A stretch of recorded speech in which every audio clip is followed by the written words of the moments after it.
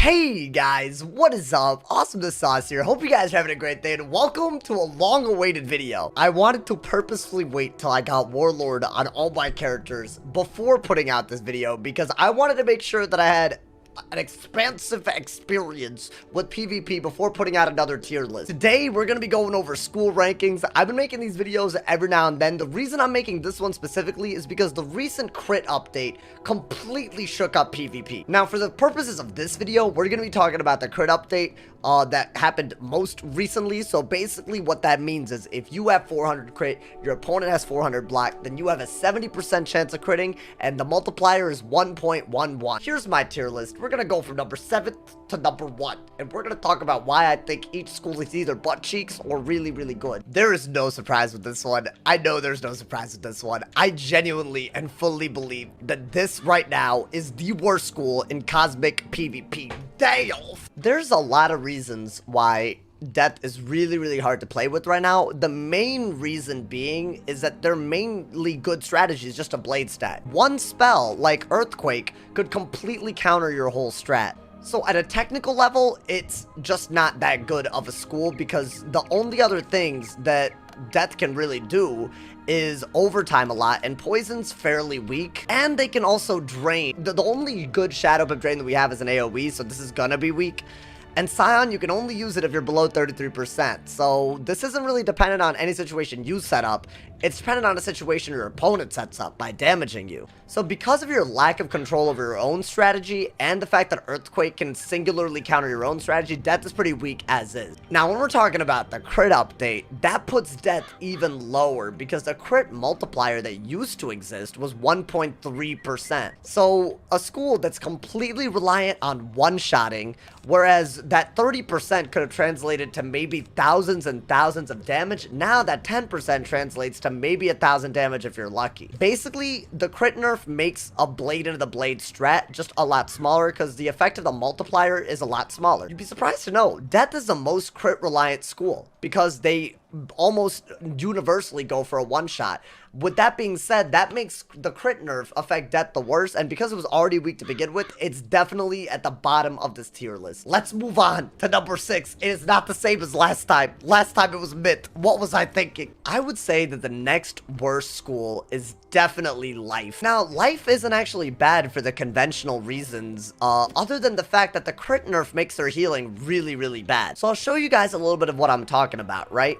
Previously, if you had this much crit and this much block, the multiplier on your heal that you were looking at was closer to 1.3. Now, the multiplier is 1.1. So that makes any strategy where you're trying to set up for a big heal very similar to how Death sets up for a big hit. If you're trying to double Guiding Light into a Dryad, it's very hard to actually heal to full. What that means is that most healing strats are now limited to heals that are done several times rather than one big heal. So spells like Scion, spells like Dryad, they're just not as good as they used to be because of the crit update. That makes Wings of Fate your only real viable option right now if you're going for a serious healing strat.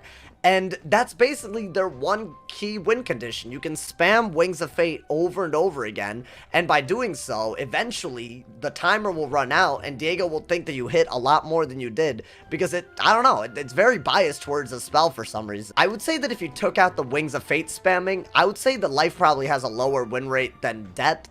It's just, at least everyone can technically Wings of Fate spam if they want. You know what I'm saying? Like, I feel like some of the strats that Death has, you sometimes need you need a certain pet. You need, you know, like Vengeful on your pet sometimes. Maybe you need Sharpened Blades. Maybe you need certain TCs, like Deadly Minotaur. There's a lot of reasons why the average Joe might not be able to get into Death PvP. The only reason Life is above Death is because it's a little bit more accessible. Right now, Life's best option is to go for the Grenadier Troll Spellman strat, and that's extremely pay to win. If that strat was more accessible, we might see Life going a little bit further up in the tier list, but because of how pay to win that actual strategy is, I'm putting Life way down. It has very few options. For a healing school, the heals are some butt cheeks. The only real strat is to heal over and over until the timer runs out, and that's boring. There's nothing I like about the school. Nothing. Ah, yes.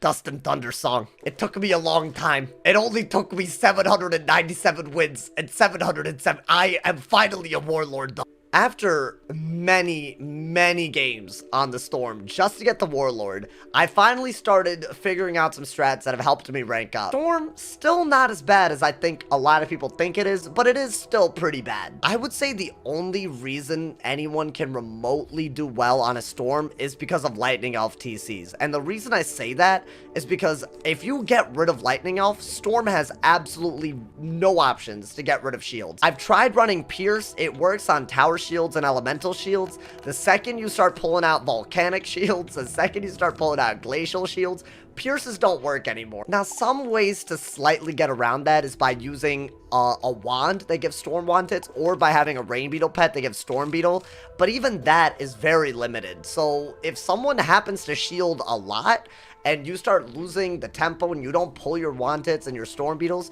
you're looking at a really bad situation where other schools can easily whoop you. You don't have that much health to work off of. Not to mention the fact that at the moment, Fire has more damage and Myth has way more utility than Storm as an offensive school. So for being the most offensive, it's really limited. I would say without Elf, easily bottom of the barrel. Storm easily bottom of the barrel without without Lightning Elf. But I would say with Lightning Elf, it puts it at number 5. The main reason why it's so low after the crit update anyways, is because again, Storm is based on doing some big hits. It's not as one-shot oriented or one big heal oriented as Life or Death, but a couple of Ursulkas used to be able to kill, and now a crit only adds 10% damage. If you don't have Lightning Elf, don't even bother trying to get the Warlord, bro. It is really hard. I promise to you. Let's move on to the next school, number 4 on this tier list. I would say that Fire is almost certainly number 4 in this current meta. And I say this because I actually think that Fire,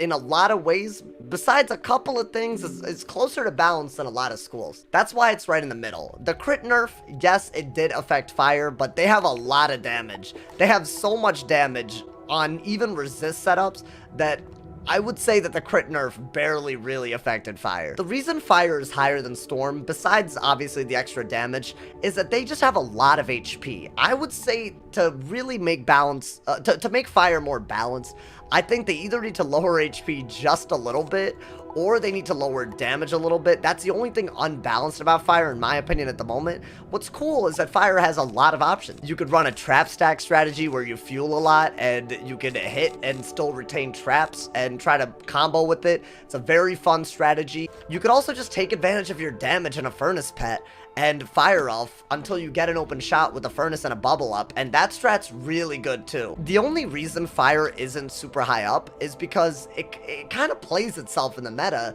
because a lot of people Fire Ward for Fire. Fire is so powerful that if you deck fail, you're gonna get punished with a whole ass Solar Surge, S'mores Machine. It's gonna do 1500 damage with 156 damage already added onto it. You're looking at thousands and thousands of damage off of a deck fail. I'd say out of all the schools, Fire punishes deck fails the most. And that's why I think it's probably the most common ward to have. Again, this is just a school that wasn't as affected by their crit nerf compared to other schools. Yes, it's an offensive school, but it has so much damage that the multiplier almost doesn't even matter. I know this seems weird. I'm putting Balance at number 3. I bet a lot of people expected Fire to be higher up than Balance. I think Balance is honestly in a really good spot in PvP at the moment. It's not too powerful. It's definitely, you definitely lose if you don't play well. You definitely can win any matchup if you really put your mind to it. The reason Balance is so high up is it just has options. You're looking at that mana burn, bro. You're looking at the minion game. You're looking at Supernova. You're looking at the weakness game. I'd say that in a meta that really punishes deck failing, Balance has a lot of good options. You can punish deck fails in Shrike more easily than any other school. If someone deck fails in Shrike and you dispel them in the right way or you mana burn them in the right way, you can catch them in a trap that they cannot recover from. Not to mention the fact that Balance has extremely good health, extremely good resist. You're looking at a lot of things that make Balance pretty damn good in this meta. I totally recommend Balance. It has a really good skill cap in my opinion. You can do a ton of different strategies. I'd say the Balance is the most balanced, which, you know, at least they got someone right. You know, they got my boy Austin right. You know what I'm saying? Now, I know you see the Ice Wizard in front of you, but we're gonna do something that we have never done in the history of the tier list makings. I honestly have weighed every option that I can, and for the life of me, I myself cannot decide what is better, myth or ice. They are literally just the best, in my opinion, for opposite reasons, so I'm gonna call this a tie. While ice has a lot of resist and you can get some crazy offensive stats, they also have hit and shield, like Abominable, like Cold Iron. You can easily counter a Blade Stacker with an Earthquake and just start shield spamming, and basically what I'm trying to say is that the defensive play of Ice has always made it the best at max PvP since, I guess, Exalted, and it's still there. It's still really, really good. It's very, very hard to beat an Ice that doesn't play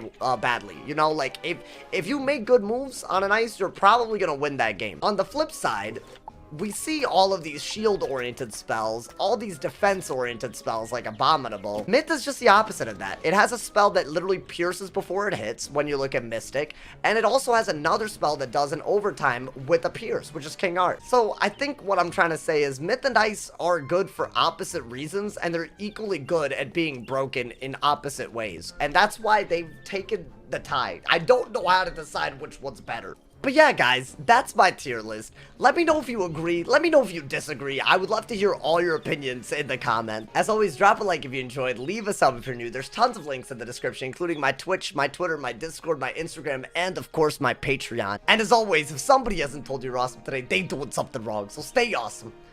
And yeah, y'all.